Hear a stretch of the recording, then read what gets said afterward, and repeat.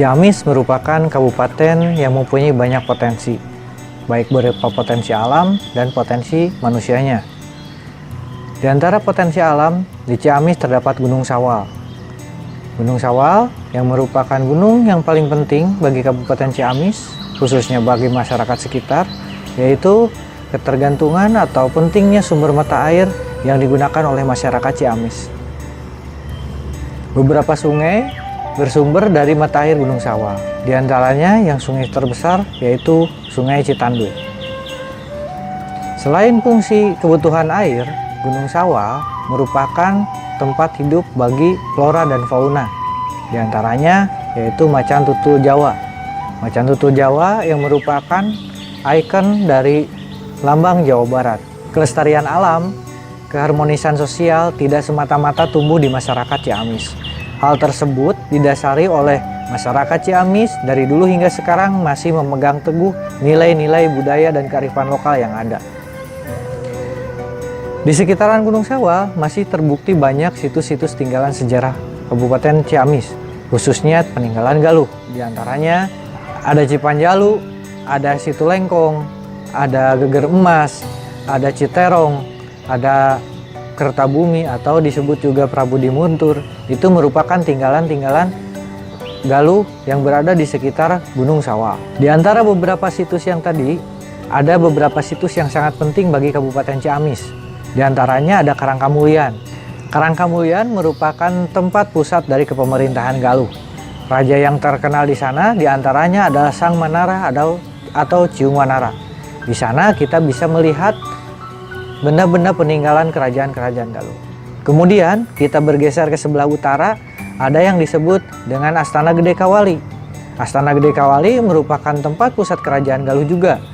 Raja yang terkenal di sana diantaranya adalah Prabu Linggabuana. Beliau dalam sejarah gugur di Palagan Bubat atau Perang Bubat. Di Astana Gede kita dapat menemukan beberapa peninggalan-peninggalan sejarah. Di antaranya ada beberapa prasasti yang bertuliskan huruf Sunda kuno.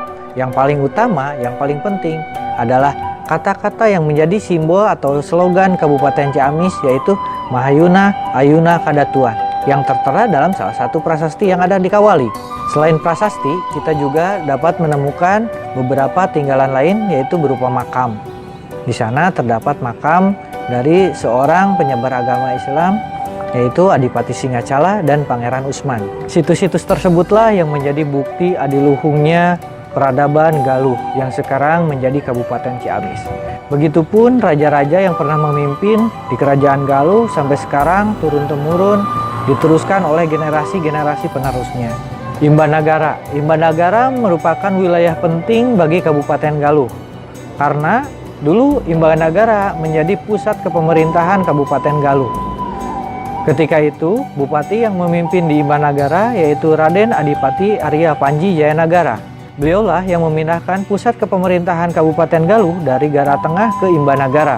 Nama lain dari Raden Adipati Panji Jayanagara yaitu Raden Mas Bongsar atau Raden Yogaswara. Selain Raden Adipati Arya Panji Jayanagara, kepemerintahan Kabupaten Galuh yang berpusat di Imbanagara diteruskan oleh bupati-bupati penerusnya.